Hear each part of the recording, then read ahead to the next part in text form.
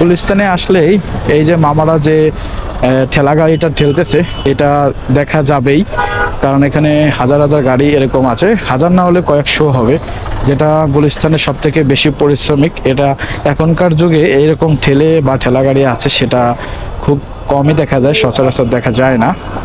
তো এটার brake system, নিয়ন্ত্রণ সিস্টেমটাও খুবই কঠিন।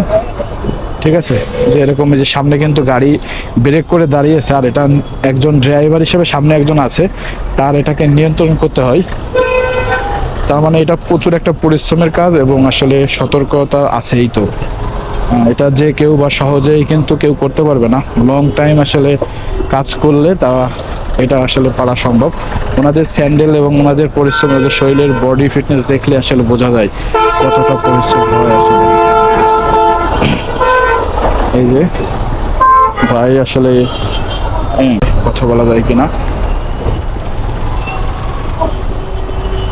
মামা এটার ব্রেক কি আপনি সব নিয়ন্ত্রণ করেন? কতদিন ধরে এটা করতেছেন? এটা অনেক একটা পরিশ্রমের কাজ। আসলে এটা আপনাদের গাড়ি ব্যবহার করতে পারেন না, পিক আপ বা এই জাতীয়? মানে এই কাজটা আসলে পিক আপ দিয়ে মনে হয় না, না এটা দিয়ে ইজি হয় আর কি। এটা কই যাবে এখন? মালিবাগ যাবে মানে?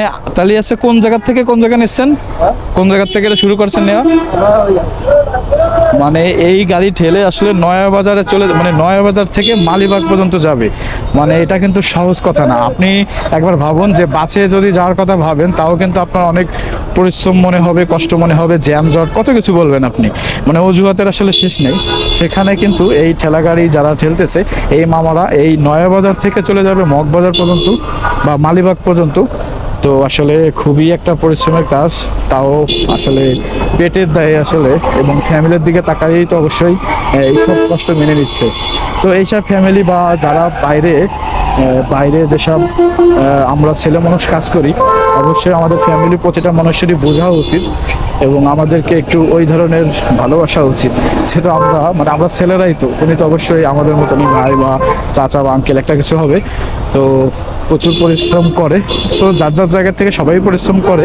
তো মেয়েদের কাজ যতই পরিশ্রমী হোক, তারা কিন্তু একটু ঘরের ভিতর চেয়ার ভেতর একটু ঠান্ডা মাথায় কাজগুলো করতে পারে। আর আমরা কিন্তু প্রচুর প্রেশার নিয়ে কাজ করি এবং প্রচুর পরিশ্রমও করি, যার যার জায়গার থেকে সবাই অনেক বেশি পরিশ্রম করি। তো আমি এটা আসলে বোঝাতে চাচ্ছি, আর আমি কি বুঝাইতে চেয়েছি এটা আপনারা হয়তো বুঝতে পেরেছেন। তো আসলে আমার কাছে বিষয়টা নিয়ে কথা বলার মতন মনে হলো। আর আমি ক্যামেরার কেনার আগের থেকে ভাবতাম যে আমার সামনে যদি এরকম কখন হয় তাহলে এই বিষয় নিয়ে কিছু কথা বলবো।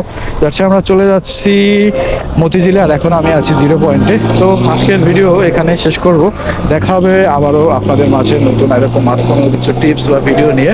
সে পর্যন্ত আপনারা ভালো থাকুন, সুস্থ থাকুন, আল্লাহ হাফেজ।